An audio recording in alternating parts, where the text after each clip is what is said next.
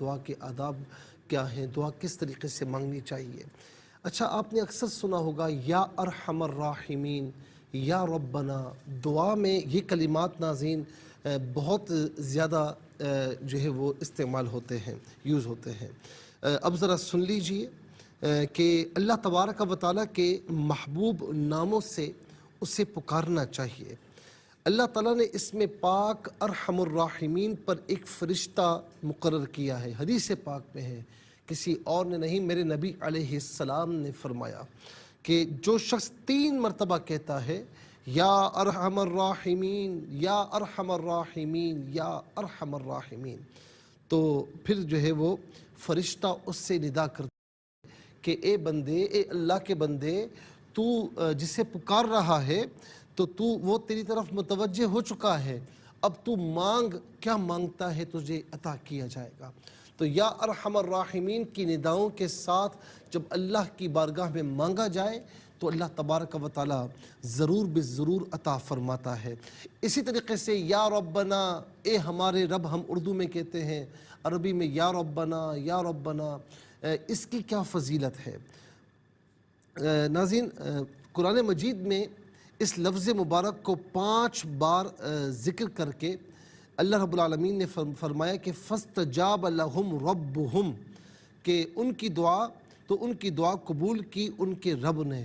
امام جعفر صادق رضی اللہ تعالی عنہ سے منقول ہے کہ جو شخص دعا میں عجز اختیار کرتے ہوئے 5 بار یا ربنا کہے، یا ربنا 5 بار، اللہ تعالیٰ اسے اس چیز سے جس کا وہ خوف رکھتا ہے امان بخشتا ہے، اور جو چیز وہ چاہتا ہے اسے عطا فرماتا ہے۔ پھر یہ آیات تلاوت کی، ربنا ما خلقت ھذا باطلا انک لا تخلف المیعاد تک۔ تو ناظرین و سامعین، یا ارحم الراحمین اور یا ربنا یہ دعا میں بکثرت استعمال کیجئے۔ یا ربنا 5 بار کہیں، قرآن کریم میں 5 بار ذکر کرنے کے بعد پھر یہ آیت کریمہ ہے کہ ان کے رب نے ان کی دعا قبول فرما لی، تو دعا انشاءاللہ ضرور قبول کی جائے گی۔ اور یہاں پر ناظرین میں ایک بات یہ بھی عرض کروں کہ دعا کی قبولیت چاہتے ہیں تو پھر اللہ کے محبوبوں کا وسیلہ پیش کیا کریں۔ قرآن کریم میں ہے کہ وَابْتَغُوا إِلَيْهِ الْوَسِيلَةَ، اس کی بارگاہ میں وسیلہ پیش کرو، وسیلہ ڈھونڈو، وسیلے کو تلاش کرو۔ صحیح حدیث میں نبی علیہ السلام نے یہ تعلیم فرمائی، یہ دعا تعلیم فرمائی، اور فرمایا کہ یوں دعا کی جائے، اللہم انی اسألک واتوجہ الیک بنبیک محمد صلی اللہ علیہ وسلم نبی الرحمہ، یا محمد انی توجہت بک الی ربی فی حاجتی ہذہ لتقضی لی۔ یہاں پر آپ دیکھیں ناظرین، ترجمہ کیا ہے کہ الہی میں تجھ سے مانگتا ہوں، تیری طرف توجہ کرتا ہوں تیرے نبی علیہ السلام کے وسیلے سے جو مہربان نبی ہیں۔ یا رسول اللہ، میں نے آپ کے وسیلے سے اپنے رب کی طرف توجہ کی اپنی اس حاجت میں کہ میری یہ حاجت پوری کر دی جائے۔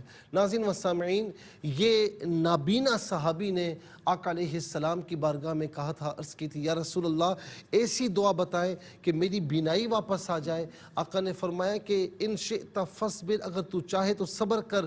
تو عرض کی، یا رسول اللہ صبر نہیں ہوتا، اب کچھ بتائیے۔ تو یہی دعا تعلیم فرمائی ناظرین و سامعین، اور اس صحابہ کہتے ہیں کہ وہ صحابی جب گئے تھے، فرمایا کہ اچھے طریقے سے وضو کر، نفل ادا کر، پھر اس کے بعد یہ دعا پڑھ۔ تو جب وہ گئے تھے تو نابینا تھے، لیکن جب یہ دعا پڑھ کر واپس آ رہے تھے تو صحابہ نے کہا کہ ہم نے دیکھا، صحابہ کرام نے کہا کہ ہم نے دیکھا کہ ان کی آنکھوں کی بینائی واپس لوٹ چکی تھی۔ تو ناظرین، ایک تو یہ آج اس نشست میں ہم نے 3 باتیں ناظرین سیکھی ہیں۔ نمبر 1، یا ارحم الراحمین دعا میں بکثرت ہم استعمال کریں۔ نمبر 2 ناظرین کہ یا ربنا یہ بھی بکثرت ہم کہیں۔ نمبر 3، اللہ کی بارگاہ میں اس کے پیارے محبوب علیہ السلام کا وسیلہ پیش کریں۔